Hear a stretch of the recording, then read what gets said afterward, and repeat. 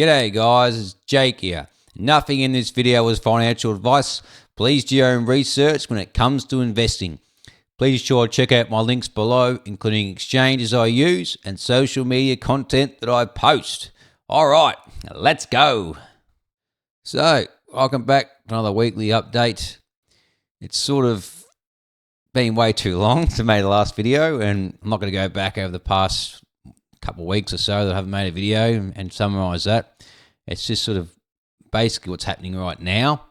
This is what people want to know, is today's news, yesterday's news, and then beyond that, it doesn't matter, sort of thing. So that's what I'll be covering today, just a little bit going on in the world, very briefly, and just going on the charts and just getting straight to the price action and seeing where we are at in terms of the global markets, including crypto markets and stock markets. So let's kick it off with this guy here that everyone loves right now.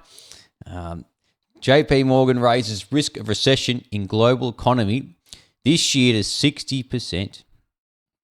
Okay, so according to JP Morgan, Chase Bank, they reckon that recession is definitely on the horizon, and sometime this year, we don't know exactly when, but definitely the tariff announcement just happened the other day. It was very, very shocking, to say the least. And yeah, a lot of countries got whacked by the tariffs. What the amounts he puts on there, especially Asian countries, he put big percentages on those countries. So it's all about being globally competitive, but we'll see how long these tariffs last. Usually they don't work. Okay, they hinder trade, and it sort of goes against, what should be around the world is easy and cheap free trade, essentially. It used to be like that, but now it's not like that at all. It's the trade war happening right now between our very eyes. So that is that 6% risk. And US Atlanta Federal Reserve, GDP now suggests that Q1 of this year is negative 3.7% estimates, and previously 2.8 negative. So they've revised it further to look even bad. So that was the gold adjusted GDP now, and then now this is a GDP estimate they've come in since, so it's been revised even lower. So it says here, seasonally adjusted annual rate, the first quarter of 2025 is negative 3.7%. On April 1st, down from 2.8% negative percentage on March 28th. So only a few days later, they revised it a lot lower.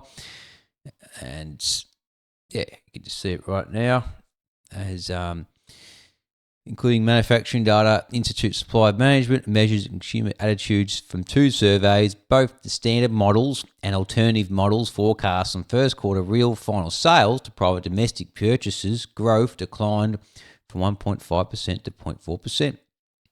Okay, so recession could be coming sooner than we think. If we get a negative quarter GDP, you can get back-to-back ones, which is what you'd really cement, and that's the overall definition of a recession when you get two back-to-back quarters. So not just one on its own, one negative one positive one. They'll probably avoid a recession if that happens, but if you get two back-to-back negative quarters, then definitely the US will be entering recession, and yeah, it won't be good for the global economy because America's the biggest out there, and the stock markets will definitely take a tumble for the worse. So that is the GDP numbers. Estimates, okay, and back of this tariff stuff going on, it's absolutely ridiculous, okay, and you can look at different posts people making about it, and breaking approval increase after tariffs enacted, the approval rating increased. Interesting. I'm not going to mention this guy's name, but I tweet about it. There's so many people talking about it. It's one of the biggest, it's brutal things.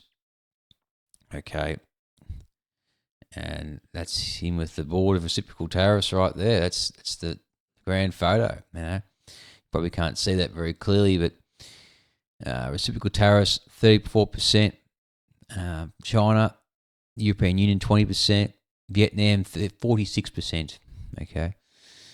So obliterating there, which is not good to see. All right. So definitely some nervousness, and I'll show in the stock market what really happened. And yeah, not very good. So we go to fear and greed. Crypto first up, specifically Bitcoin, and we're at 34 right now. Yesterday was 30, and last week was 32. Right, and it's a timeline from basically 3 months prior to the start of the year. We started at around 78, a bit higher than that, actually, coming off. It's around 90 in November of last year, so quite the extreme greed there, craziness over euphoric state there, and then we've sort of come down. And we're making lower highs and lower lows. You can see its lows are getting lower, 44 down to 10. The lowest we got was February 27th. But surprisingly, after these tariff announcements, it didn't go much. It went higher. Sort of, it has been going lower. So Bitcoin's been holding up quite substantially well. And I'll show that in the charts. But you can see we're hovering around the 27, 30 highs, mid 40s. So sort of tracking sideways at the moment, sort of lower to mid fear levels. So yeah, it's not really like extremely, this is the end of the world sort of thing, but it felt like that back in February. But now we're sort of climbing from that trough there. So yeah, see what happens there. That's the Bitcoin one. And we'll go to the stock market one, S&P specifically. And you can see, I'll get that overview first, and fall. So very, very extremely fearful. The stock market really felt more pain than the crypto markets. And yeah, so the previous close was 7. A week ago was about 21. A month ago was 11. So it's bad ones back there. And now 4. Absolutely brutal. Okay. And you can see there on the timeline that you go going back from April, basically exactly a year ago, where we were, and we're sort of hovering in the mid levels, went towards extreme fear, but didn't quite get there. And back up, 60s, 40s, sort of trading sideways, went down to extreme fear in August when we had that yen carry trade fear going on, 17. So tracked up and down, all right. And now we're making lower highs. So you had this peak here in October, 74, and lower high December, 65, and January, 46, and we got February, 47, 30, and yeah, it's going lower. And like I said, the lows are going lower, 20s, start of the year, in January, 25, 12, March, and now look at where we are, right down the bottom. Absolutely brutal for the S&P 500, the stock market. We'll go to the charts. Okay, so we've got Bitcoin here on the weekly time frame. And you can see we're just sort of trading sideways. Okay, sort of hovering below this resistance level, which was support. Okay, you can see there's multiple touches of the wicks at 92,000. And now we're sort of below that. And will we come back up or head down first? I don't know, but I do see a short-term rally just for this relief from this tariff fear going on. See a little bit of a counter-trend rally, and you can see the bull market support band activated. We're definitely below the bull market support band. Okay, and we wicked a couple of times in the weekly time frame. Could this come back down as it's projected, or come back up higher? Let's see. Yeah, that's definitely a bit of a problem there we got going on. As you know, it's not always perfect. This ribbons basically 20 week for EMA and SMA. So it's just one and the other. So you trade through it like this when it's consolidation, sideways price action. And it looks like it's not very useful there. Or we can come above, hold it as support as we did here in October, and then rally off that level. You know what I mean? So come off that level pretty strongly. It's always a possibility. And then wicket like this we did here in April. Okay, last year, and we came up higher. We got really close to it here in January of 2024. Okay, so you see it there. Same as sort of summer period, so early summer in 2023. We sort of went below it by late summer. Okay, and then we found resistance, and then we broke through it. We found a support here in early 2023, resistance here in 2022. So it does its job, like back in 2021. You can see here, nice support level, and it's absolutely rocketed off that level. So it works when it wants to work, okay? And it's definitely many traders out there that look for these levels, and it's right around where the resistance is. Resistance is here. You got touch here, touch here, touch here, touch here, touch here, touch here, touch here. All these touches, they're quite obvious, and this is exactly we're at the middle of the bull market support band. So we could get a rally here. I would draw it like this on this, and then reject, come back lower. So I do see us going back down and finally retesting these highs. So I'll just make it nice and clear for you guys. There's drawings. And retest the highs from 2024. Okay, just basically a nice break and retest, yeah, on a macro level. And then a continuation higher is what I see. Whoops, not like that. But probably much higher. Let's see how high we go with this. And it'll be explosive, okay. I do see this being explosive to the upside towards the end of the year. Going into 2026 potentially. So it could drag out even longer into the new year. As it's a bigger asset class now, and it's taking a long time to move. And I'll show you the other from the other charts, pairs. Okay, so that's Bitcoin there. On the weekly time frame, I'm looking at any other time frames because weekly is really the dominant time frame. I sort of prefer weekly over many other time frames. 3 days is good too. It's my favorite time frame as well. So yeah, this is another one. Look at is the divergence that played out back in January. Okay, so it was going down. Momentum was loosening up, and price is going higher, of course. As price goes higher, momentum goes lower. Especially on a weekly time frame, a nice bigger, and especially the divergence is nice and wide. Big time frame, wide divergence, it usually plays out. Okay, so it's playing out very slowly, and we're down here, and getting towards the oversold levels, but blue line's catching up to the pink line. Still got some time to go. If you go to the oversold areas below 20, okay, so that is that thing. I'll get rid of the arrow before I move on, before I forget, and get rid of this one for a second. And we'll look at the risk levels now. Risks, so the risk is definitely really low at the moment. So we're sitting at 28 risk. Okay, so we're in this buy zone area.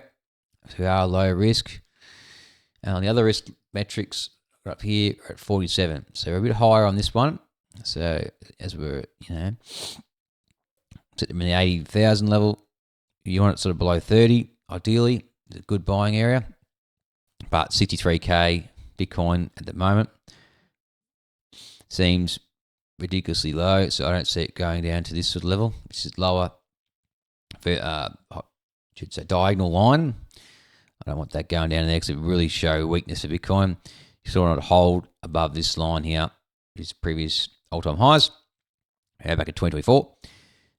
And this much higher, so around the 40 level at the moment, current risk to get to be an attractive level.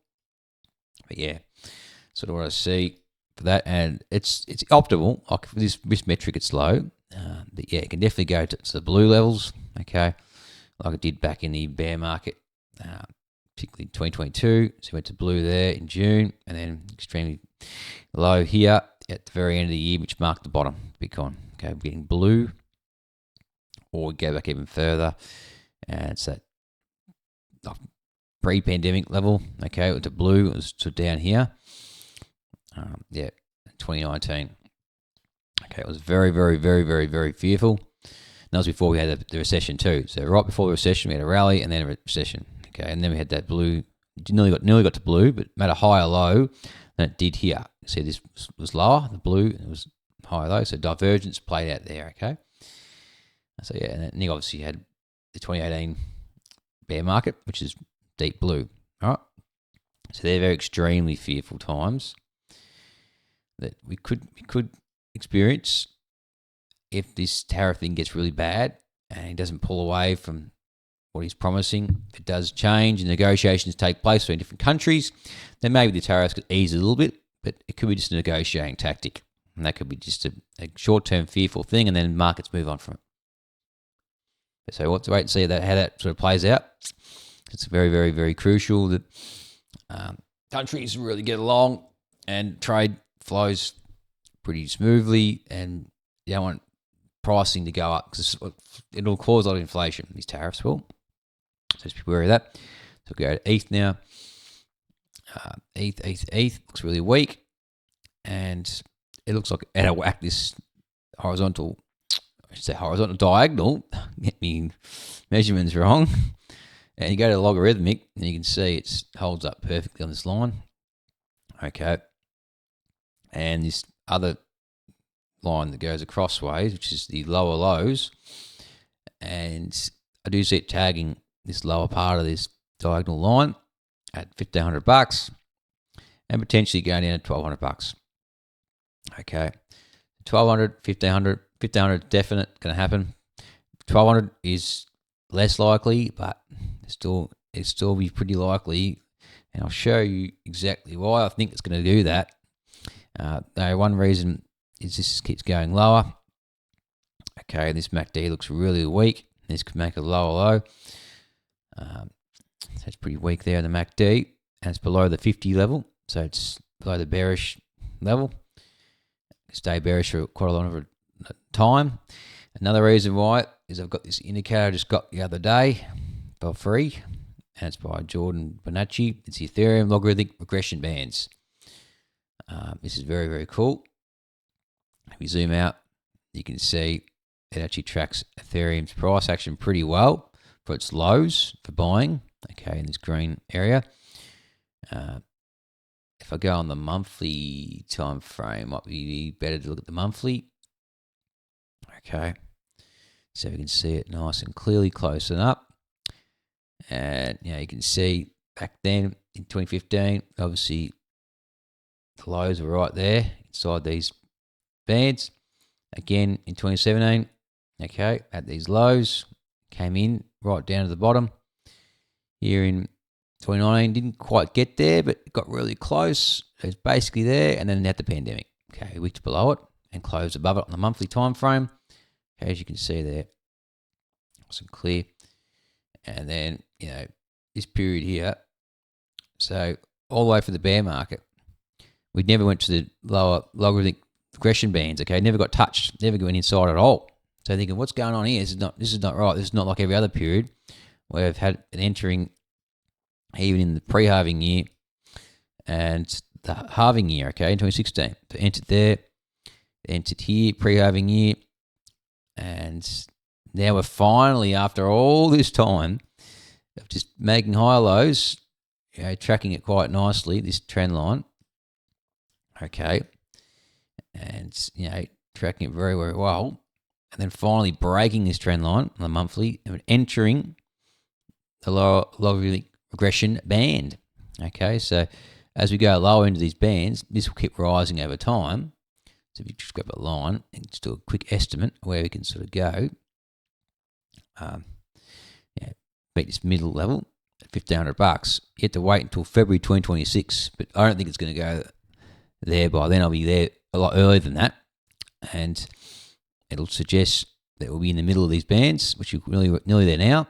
Okay, and then if you get to these lower levels by the summer, it'll be coincide with $1,200. Okay, so something like this could go low into it and just finally make its way down to the bottom, and then explode off there. Okay, and probably do it sooner than that. Could go into 2026, it can really explode off this level. If the Fed pivots hard, it can definitely explode like it did here. It could have done in 2019. We had a recession that interrupts it, but it exploded off this level. See this it came down and exploded. See that? Whoops, horrible draw. It exploded. Once it hit the lower, it just went up real aggressively. Okay, and if we didn't have a pandemic, this would have continued. It definitely would have continued, and you can see it exploded like that. Yeah. And same as the previous period, when it was a lot younger asset there, in 2016, and it came down. And as soon as it touched it, it just didn't wait there at all. It just exploded to the upside. All right. So we saw an explosive move there. And that's what you want to see. As soon as you get there, just take off. Don't spend much time there. It's an absolute amazing opportunity to buy. Another thing I noticed also is I'll show you something interesting. So you had this little intermediate top. All right, this is the halving year. Okay, it's before the mega top, and it came down about 72%. Okay, it declined 72% to go inside the logarithmic regression line. If you go to the next period, and we had an intermediate top here in the pre-halving year, it fell, exclude the pandemic, because we don't want to, it sort of shakes off the measurements, but 74% that low, or 6%. So 67% really to go from top to bottom. Okay. Now you got the current period sort of facing right now, and intermediate top is here. Okay, as you can clearly see, these intermediates, it's not the very, very top. If you go down to the lower part, it's about 70% to get to $1,200 from the top to the bottom, which would coincide. I just got the automatic thing there. As you can see there, each period is about 70% on average. All right. So if you follow these previous periods, we decline 70%, just like we did in the other periods there. Okay, and it'll be a pretty healthy correction for ETH. And like I said, won't spend much time there. It's exploded off the level. So I showed you before, 2019 just went higher, and just look at that, just poof. So it could do something like that as well. You know what I mean? If you exclude the pandemic, it just went berserk after it hit that lower level. It's extremely oversold, and it could be happening this time. I definitely reckon this could definitely play out and just go absolute bananas.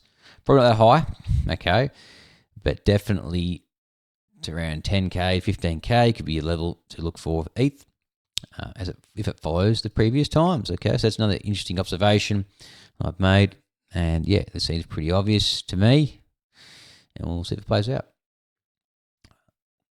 USDT dominance. We'll get rid of that regression line now. It's a bit out of whack. And I know that USDT dominance doesn't like logarithmic. So it looks like that, without logarithmic. And you touch every time. That's Bitcoin's top. Okay, not going to bore you with all that. On the monthly time frame, double bottom, obviously playing out. So in the short term, we got bearishness. Okay, until we find a top. If it's up to here, and then comes down for the bull market, or it tops out here and then drops. Might have to wait and see what happens there, but there you can see it's still bullish on the weekly time frame. You can get rid of the drawings first and put it on zoom out mode a bit, and you can see it's playing out. Okay, it's double bottom pattern, and we're going higher for the short term. Momentum looks strong on the MACD. Had a nice divergence playing out. So yeah, good signs there for the bears. Bitcoin dominance now, just looking strong as always. Just chugging along. The train keeps rolling, and just this big sell off here in November, December, and then just rocketed off. All right. So Bitcoin dominance looks pretty potent at this stage, and this box that I've drawn, which was like the 618, I believe, retracement level from the peak here to the very bottom wick, you can see here, and that's a 618. Okay, we're exceeding that now. Okay, we've bounced off that level and we're going higher. So you can see, I'll just sort of drag this across, if I can drag it across to match up that line there. It's nice and neat. So you can see it's been respecting these fid levels pretty well. Okay, so you can see it makes its bottom, and then it comes up to 236 level.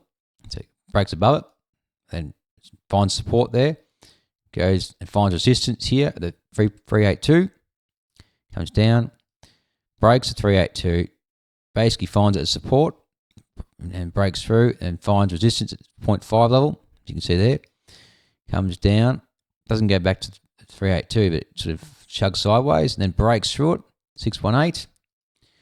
And you got a big rejection here at 618, comes back down, goes a little bit below the 0.5, wicks, fakes it out, and then bam, breaks through the 0.618, makes a new high, then retests it perfectly there, and looks like it wants to go to the 786, okay, which is at 66% dominance. That's where I see Bitcoin dominance going. All right, at 66%, and then boom, fall off a cliff from there. Because there's no other feed levels above that. But yeah, we'll see what happens. But I do think that's definitely the worst case scenario for Bitcoin dominance. I'll skip total 2, skip total 3. So basically the inverse of Bitcoin dominance. And that's definitely declining. We haven't got to the bottom yet. We want to get to these bottom levels before we could declare victory for alts against Bitcoin, basically bottoming out. So you saw back in these periods, 2019, 2020, 2020, 21, and late 2017. So it got really right to the end of that year, post-halving year, and then exploded at this level. So this could still play out. It took a take till the end of this year, okay, and still bottom out and then still have an alt season. It's still possible. So did that in 2017. But the asset class was much smaller back then. So you got to take that in account and note that. All right. So I definitely see this coming down and then exploding. And that is in line with the Federal Reserve with their quantitative easing and quantitative tightening stances. So if they continue quantitative tightening, which they have been doing, this balance sheet will keep going lower. It's an orange thing. And if it starts to, they stop quantitative tightening because we're done reducing our holdings and it starts going flat, I think that's a sign that this will definitely bottom and then continue higher, okay? It doesn't need to go up and do QE. Okay, it doesn't have to go like this to, like it did in this period back in 2019. Like it's obviously it rolled down, went lower. Okay, as you can see there. And that marked the bottom right here, this line, of course. And what happened to total 3 minus USDT divided by Bitcoin? It bottomed, okay? So it bottomed here. Exactly when the Fed bottomed, the balance sheet went up. What happened to old Bitcoin pairs? You tell me. Went up. Same, the opposite when it goes down, they go down, okay? And this late 2017 period, we're going sideways the balance sheet, and it still went higher, okay? So sideways or up, okay, is an alt season. So don't say QE is a start for alt season to begin. I need to bottom first, and we'll see what the Fed does when it gets down to this level, 0.25 to basically 25% of Bitcoin's market cap. It's every altcoin except for ETH against Bitcoin, okay? And USDT as well. So that's that. Others is just outside the top 10, and that's got to come down here as well. Okay, this green box, which is here, late 2017. Okay, so it's finding its capitalization there quite frequently. It needs to come back down here. All right, same thing. Others against the total 3 minus others. So outside top 10 minus top 10. It's top 10 against. So basically, yeah, this is outside versus inside top 10. So it's definitely dropping quite rapidly now as we see it. I do see it's going a little bit lower into this green box, and then boom, where we go. Just like it did here, it wicked inside it nice and clean, came back down in 2022. So a bit different time frames, but it grabbed at the top of this box like it did in the start of the bear year and in the post-halving year. So nice touches there and a beautiful rejection of these ones as well. So I see this being resistance again and it's being support here. Okay. ETH Bitcoin. This keeps going lower and lower and lower. So Ethereum versus Bitcoin market cap. And it's got a little bit more to go. We can go a little bit lower if we can wick and then go higher, okay? Don't know what the time frame's going to be for that one, but yeah, it looks like it's never going to go to the top. But eventually it does, okay? Not perfectly, but it's in this range from 0.53, or basically half of Bitcoin's market cap, to 60% of Bitcoin's market cap. For Ethereum, it keeps bleeding. And I don't blame it, okay? It's pretty weak. And the bull market support band is just following it all the way down. I can't get above it. Hasn't been above it since July of last year. So it's definitely struggling really, really badly. And it'll bottom out soon. Will it make a lower low? Make a lower high and not make it up to here? That's a possibility, because this was a lower high. So this one is higher than that high. And this, well, they haven't made lower lows yet. So we'll have to see if it takes a lower low or it bottoms out here. Okay. Best case or worst case. Okay, so that's that. And that's the old Bitcoin pairs. And we'll get the stock market real quickly and we'll finish the video up. So the S&P 500, look at that on the weekly time frame. Just brutal.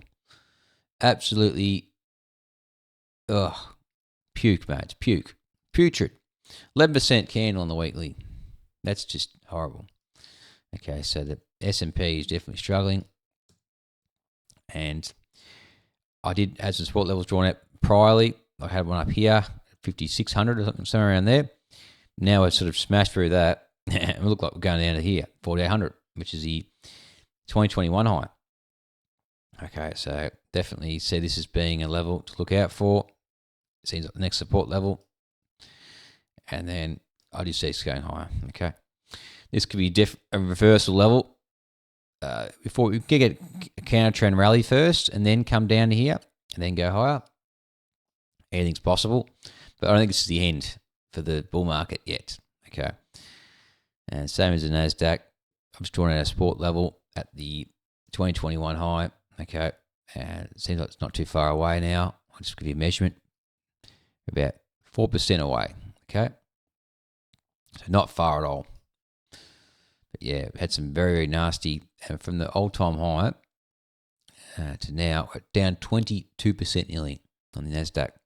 Get down here with 25%. Okay.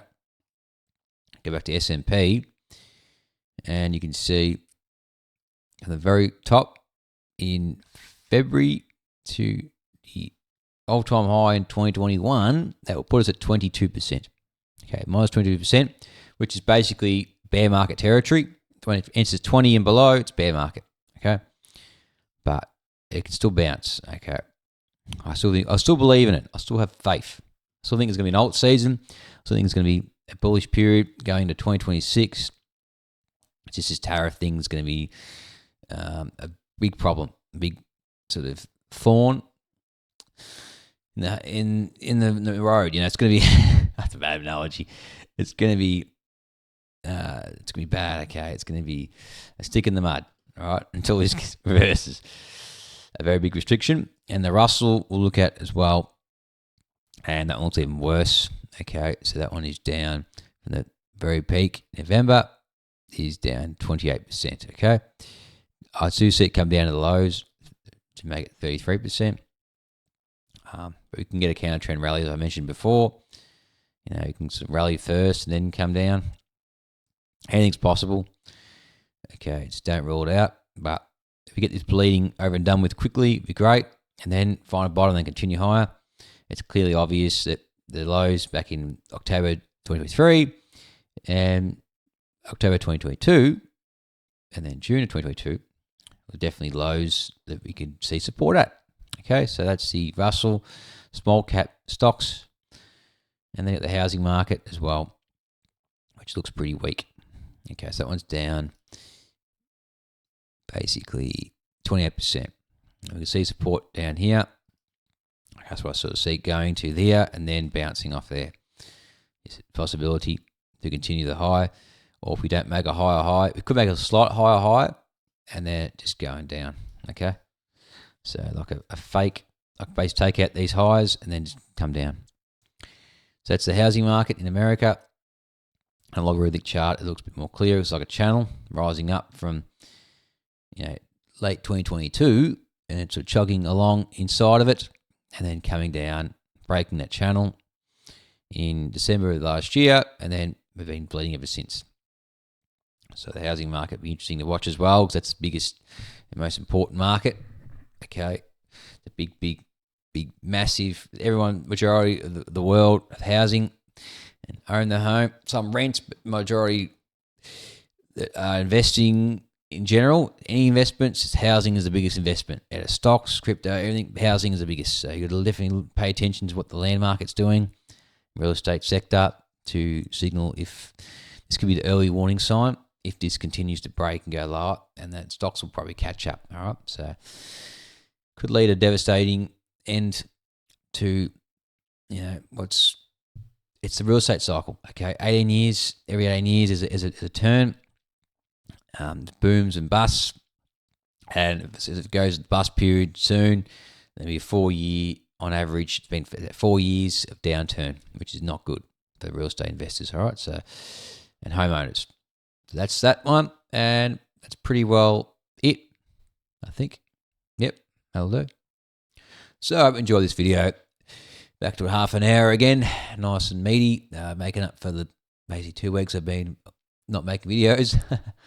So I hope this one made up for it. And yeah, it was a pretty simple one, and we don't know what's going to happen. It's a guessing game. With the tariffing just got announced, it was an absolute shock to markets, and they just sold off so much. I've never seen such devastation. I was reading the other day, was it yesterday? Might have been yesterday on Twitter. I was saying that it was one of the worst weekly sell-offs I've ever had. Like the 1929 period, the 1987 period, 2011, 2008. So you get back to these bad periods. 2015, I believe, was a bad one as well. So as far as a weekly performance goes, the S&P down about 11 to 12% is up there with one of the worst weekly declines I've ever had. So it makes sense, It was unexpected what the announcement was, and markets hate uncertainty, and they sold off a lot. Because Bitcoin didn't sell off as much. I was very surprised. Bitcoin's still above the 80s, and the stock market just ripped a new one lower. So it's not very good. And yeah, there's some pain to come if this continues, or negotiations happen and things get cleared up and the world moves on from it. If it can't move on from it, then we're going to probably enter recession. As I showed you on Twitter, the Atlanta GDP estimates for the Fed are negative 3.7% for the first quarter of this year. So not looking good for the first quarter of the new administration. So that's that. And the fear levels definitely show that we enter somewhat of a stalemate period. We'll see what happens there. It's going to be just temporary. Who knows? Guessing game, as I said. So 4 on the fear level for the S&P, and where's the crypto gradient fear is around the 30 levels, so it's not as bad. Not as bad as February. We've got to about 10. So definitely come off those low levels. And looked at some Bitcoin, looked at some ETH, seeing ETH, particularly ETH, going to its lower logarithmic regression trend line. So the bands, these lows usually formed for ETH, and we're entering it right now. And I definitely see it going a little bit lower to go home to about $1,200. Okay, that's where I see ETH bottoming out before exploding higher, absolutely ripping a new one. Okay, once it gets there, it won't be there very long. It won't be there for a month. It'll be less than a month. It'll just wick there and then go higher. So it'll be very, very short-lived, in my opinion, as it's done in the past cycles. So 2019 period did that. 2016, it just, mate, huge reaction from that level, massive. So don't rule it out. Okay, I don't think it's going to be rest of this year bad, done, no bull market, alt season cancelled. That's what it feels like when there's lows being formed. It feels like the end is near. But you got to read the headlines. You got to read through it all. You got to look at the broader scope of things and the economy, the consumer, everything. You got to really do your deep dive and look beyond a single market and expand to other markets and come up with a thesis around them all to see, especially the land market. Land market's the biggest one, and you need to pay attention to it very closely. See if the mania phase, as I like to call it, this real estate cycle, the last 2 years of the peak. That's where I see it as being in right now, where we are exactly in that 2-year phase, if we're still tracking along nicely or we're right towards the end of it. So the land market is definitely a key to the rest of the markets. as the biggest one, and don't lose sight of that. It can be an early indicator for bad times, or early indicator for good times. So it's a moment we're in this sort of mania phase. I don't think it's just getting started. Okay, it's the cost of living needs to come down. It needs to be sort of easy for everyday person to get into home ownership, because you can't have a really big peak euphoria top if you don't have everyone all in, and having ridiculous help to buy schemes and the rest of them. Like I see, the Labor government starting to implement for their new policies for the election coming up in Australia. America, Trump's a real estate guy, so he'll definitely come up with something for the real estate market to get absolutely booming. So that's what he wants, and he wants lower interest rates as well. So whether the Fed lower interest rates a lot depends on the markets. Markets start selling off even more, and that's a sign that Fed can come to the rescue and save the day, cut rates aggressively, end QT, start QE, and then bam, we can definitely get some mania phase going on. That's what I see happening if it lines up. Okay, going to the end of the year, having before then in the summertime or earlier, who knows? We don't know.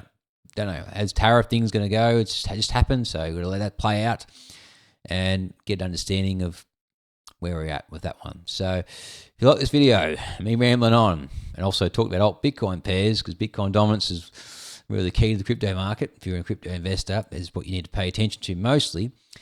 And the Bitcoin train just keeps going rolling on, and it's not stopping anytime soon until the Fed changes their monetary policy. So if you like all that, and me rambling on and dry humor, it's not the best humor I know, but I used to be funny, but now. Anyway, if you like this stuff, please smash the like, comment your thoughts below. Be sure to smash the subscribe button. Be sure to check out the links in my description, and I'll catch you next one. Cheers.